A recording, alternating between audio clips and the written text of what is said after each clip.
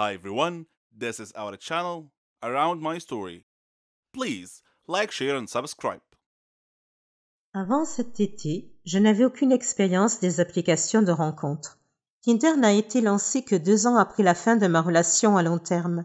Pendant les 7 années qui a duré notre relation, j'ai joué avec les applications de mes amis, mais je n'ai jamais adhéré. Me retrouvant soudainement célibataire au début de l'été et ayant désespérément besoin de distraction, j'ai plongé la tête la première dans la piscine des rencontres en ligne. J'ai commencé avec Tinder parce que ma ville est trop petite pour autre chose et que mon cœur, froid et mort, voulait des rencontres occasionnelles. Rien de sérieux. C'est le but de Tinder. Tinder a répondu à la plupart de mes attentes. J'ai eu une poignée de rendez-vous, j'ai rencontré des gars cool et d'autres pas si cool. Et j'ai traîné avec quelques personnes vraiment intéressantes, comme un DJ radio qui gère une entreprise de mariage à côté. Ce que je n'attendais pas de Tinder, cependant, c'est que la plupart de ces interactions ont commencé à me faire sentir bien dans ma peau. Je veux dire, vraiment bien dans ma peau. Comme toutes les femmes du monde, je n'ai jamais été satisfaite de mon corps. Je fais du 44, je suis étiquetée grande taille et j'ai porté des lunettes par intermittence toute ma vie. Lorsque je sors avec mes amis, je ne suis jamais la fille que l'on drague, avec qui on flirte.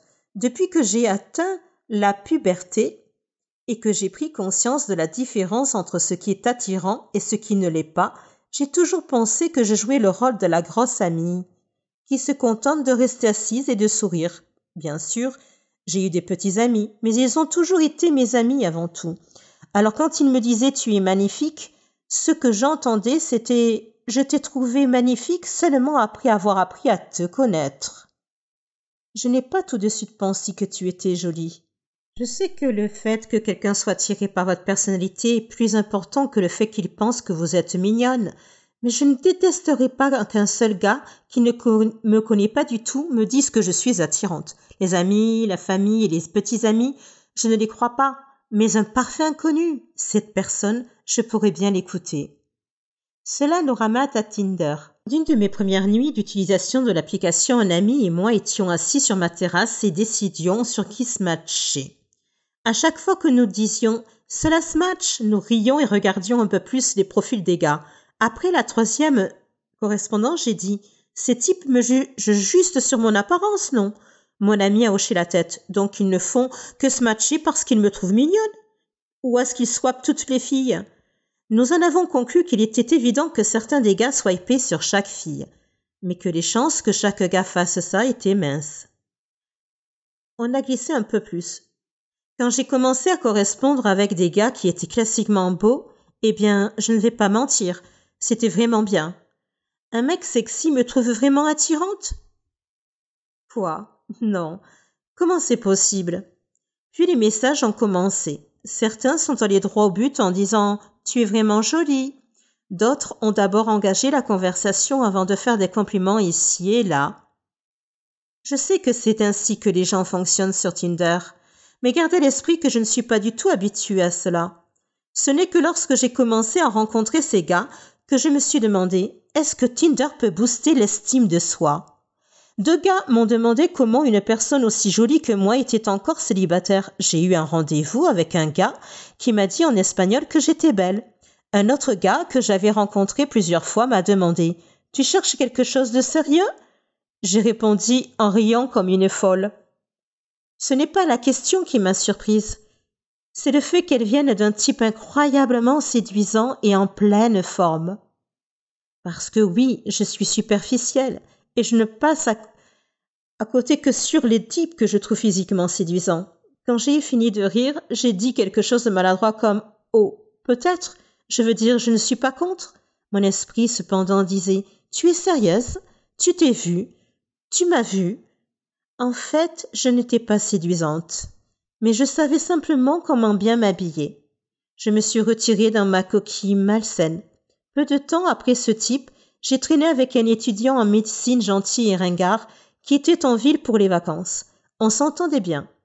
Le lendemain, lorsque nous nous sommes retrouvés, il semblait choqué que je sois sortie une 2e fois avec lui. Il n'arrêtait pas de répéter « Tu es si belle !» Je n'ai jamais l'occasion de faire des choses comme ça. Je ne sais pas comment répondre au compliment. Mad Boy a secoué la tête. Il a dit « Ne fais pas ça. N'aie pas honte de ton corps, tu es si séduisante. Tu t'es vue. Tu es magnifique. » Quelque chose chez ce type a fait que mes pensées habituelles de haine de soi ont commencé à perdre prise. Encore une fois, je sais que c'est le genre de choses que les gens disent sur Tinder, mais soyons honnêtes, pourquoi faire un effort supplémentaire? À moins que... parce que c'est vrai. Quelque part, entre les discussions occasionnelles sur Tinder, la poignée de rendez-vous, mon esprit a tourné autour d'une nouvelle pensée. Suis-je attirante? Je me suis regardée dans mon miroir en pied. J'ai essayé de voir ce que ces gars voyaient. Des gars qui ne me connaissaient pas du tout. Des gars qui ne sont pas influencés par ma personnalité.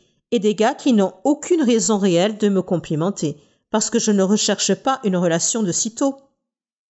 Tout à coup, je commence à le voir. Là où je voyais des bosses disgracieuses et un ventre que je rentrais avant d'éteindre la lumière, je vois maintenant un corps sain, bien dessiné et, osons le dire, mince. Mes amis, ma famille et mes petits amis m'ont toujours dit que j'étais séduisante. Mais ce n'est que lorsque ces inconnus ont commencé à le répéter encore et encore que j'ai commencé à l'entendre. Alors, qu'est-ce qui booste l'estime de soi? Tinder ou les simples rencontres? Ou est-ce qu'ils fonctionnent l'un avec l'autre? Parce que sans Tinder, je ne sortirais probablement pas du tout. Sur le plan romantique, j'ai tendance à ne pas me mettre en avant. En général, je n'ose pas aborder un homme et essayer de flirter avec lui par peur d'être rejetée. Avec Tinder, cependant, le simple fait de correspondre avec quelqu'un semble atténuer la peur du rejet. Que vous ayez trouvé une personne parce qu'elle est vraiment intéressée ou parce qu'elle a dit oui à tout le monde? Le fait de voir le message, c'est une correspondance, atténue un peu la tension qui accompagne les rencontres. Que ce soit grâce à Tinder ou non, ces derniers mois, j'ai découvert une nouvelle confiance en moi. Quand quelqu'un me complimente, je lui dis merci au lieu de répondre par une blague sur la haine de soi. Lorsque je rencontre quelqu'un pour la première fois, je m'efforce d'être aussi bavarde et sarcastique que d'habitude, au lieu d'être timide et silencieuse. J'ai flirté avec des hommes et j'ai même donné mon numéro à un musicien au hasard. Pour une fois dans ma vie, j'ai l'impression d'être quelqu'un qui vaut la peine d'être fréquenté, plutôt que de craindre que ma moitié soit trop bien pour moi.